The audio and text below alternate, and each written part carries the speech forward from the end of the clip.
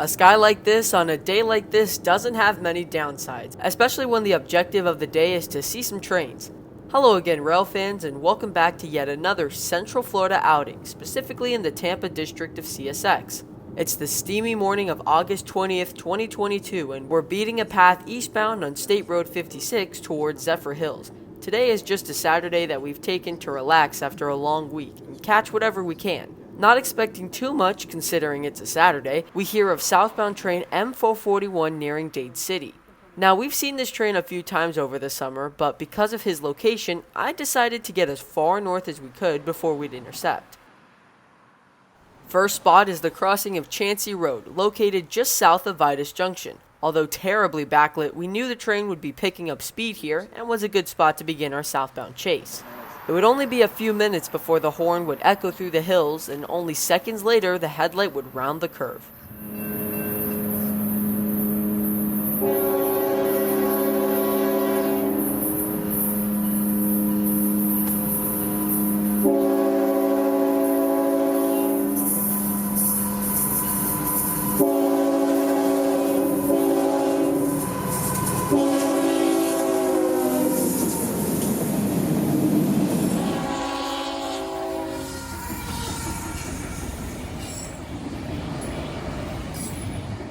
.441 would be using every bit of track speed through here, which would be 50 miles per hour.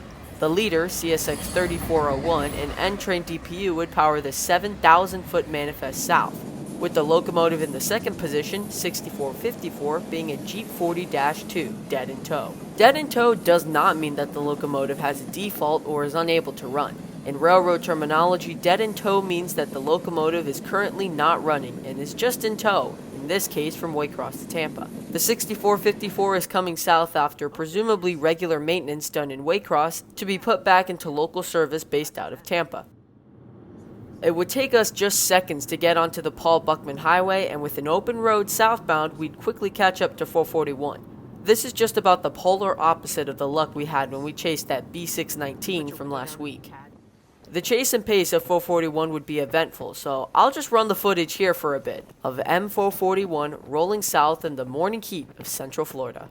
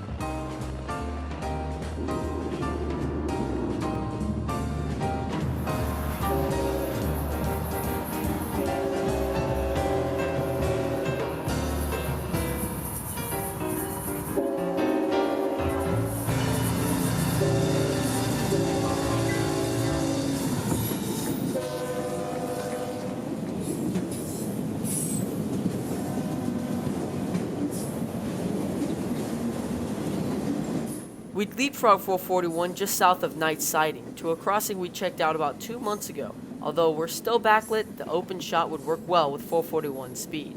Jumping back into the car, we'd book it south to Plant City, where again, we'd pull off and shoot 441.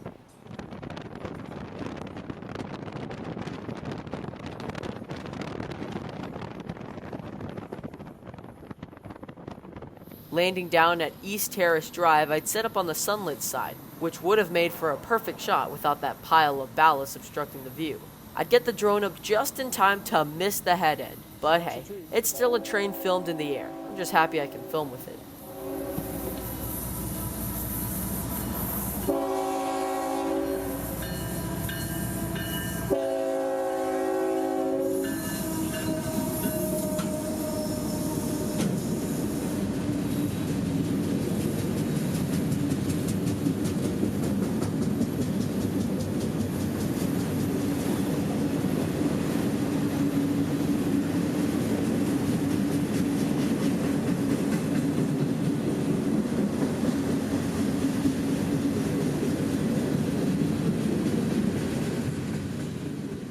441 is Waycross to Tampa mixed freight, which just a few months ago would normally be passing this road after midnight. But with crew shortages and schedule changes, the new norm is early morning daylight runs.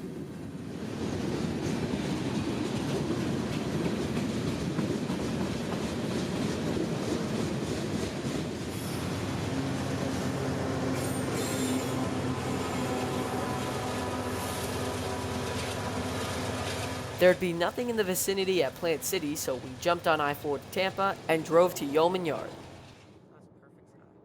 An exit onto I-75 South, a merge onto State Road 60, and a right turn into North 78th Street, and we've arrived at the north end of CSX's Yeoman Yard. Yeoman is the hub of commerce in the Tampa district. With traffic for the ports, Bone Valley, north to Brooksville, and south to Bradenton, Yeoman is home base. A good chunk of that merchandise comes south on this train. 1004 and M441 would be snaking through the switches at a signal called YN to enter the yard.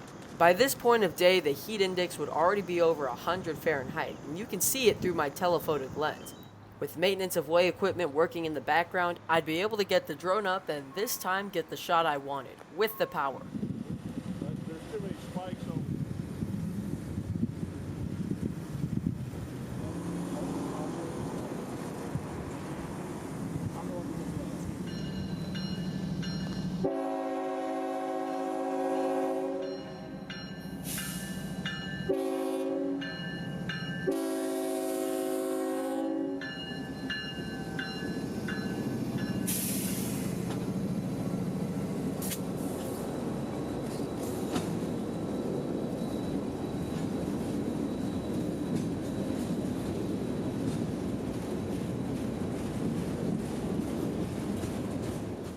Four 41 is currently crossing over the Tampa Bypass Canal just yards before entering Yeoman.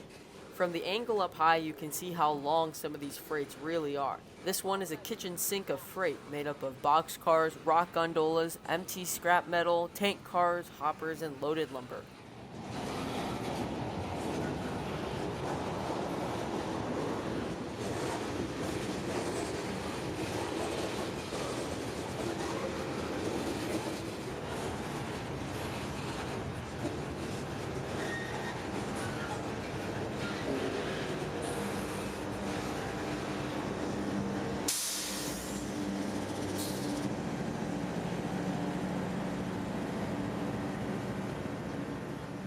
Bringing up the rear of the train would be CSX 5116, a first-generation AC44CW upgraded in the last year to be DP compatible. These are cool to see, as it's probably just a matter of time until they're rebuilt into the CM44AHs or whatever they call them. 441 would be in the yard for only a few minutes before the northbound signals at YN would upgrade to a high green. This would be for an eastbound phosphate train, specifically B311. Now, I had planned to get the drone up for this guy, but waiting for him to call out the signal at TS would be the mistake. The crew would roll through silently, and I barely had enough time to start my ground camera as 311 flew around the curve on the bypass track. All I can say is, another lesson was learned the hard way.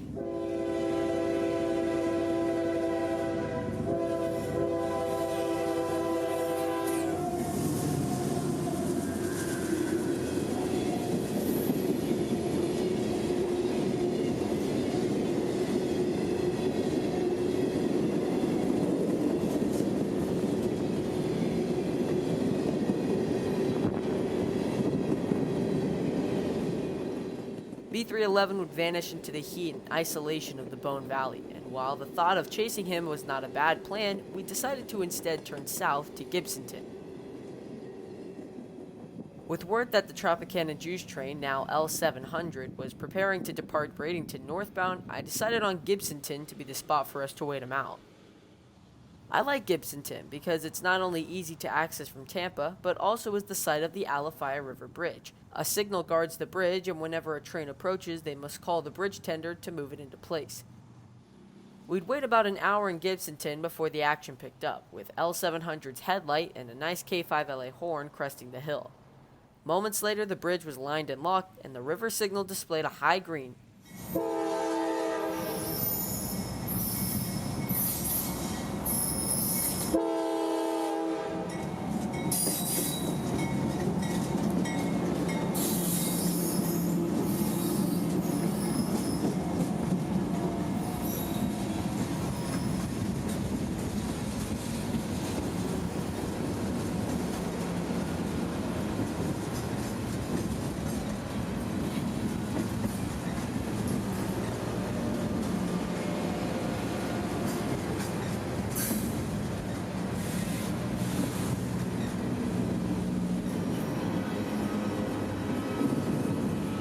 L700 would cruise north through town, and about the same time we'd get back on US 41, north to leapfrog him. The crossing of old US 41 would be the preferred spot, where just under a year ago we caught CSX 911 leading this train, only weeks before the RS5T was replaced. Back to present, today's L700 would be booking after the slowdown in Gibsonton.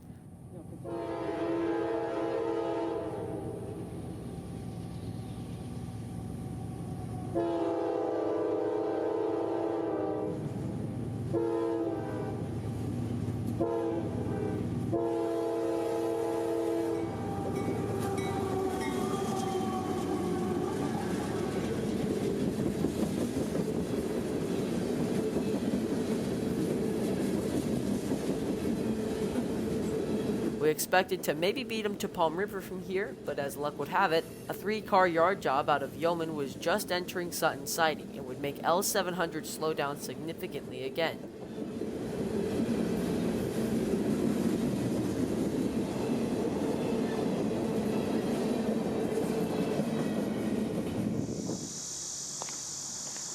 Arriving at Palm River with about 10 minutes to spare, I noticed the signals.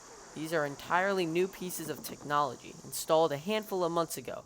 When we were last here in March of 2020, the old single-head SEL signals were still standing. I'm guessing that CSX had to replace these signals anyways, so they took the opportunity to use the 3-head signals capable of displaying more accurate indications for trains entering Sutton Siding or Rockport. The northbound signals would display a high green now, as 700 would be let loose from his hold at Sutton. For me, this would be the shot of the day. The echo of the K5 LA horn, rolling through the lush, uniquely Floridian landscape, and the great lighting would sum it all up. So for the final time, here's CSX L700, the Tropicana Juice Train.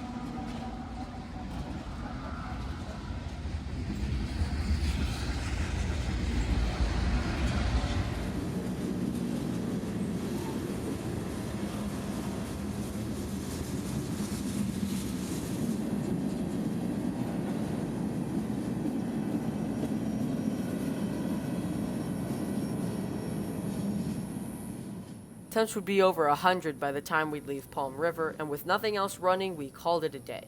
I thank each and every one of y'all for watching the best of Tampa Railfanning.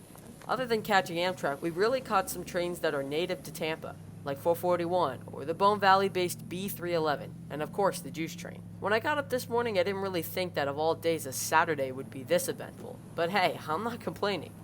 But until we meet again, this is Christian from Multicolor Films, end of transmission.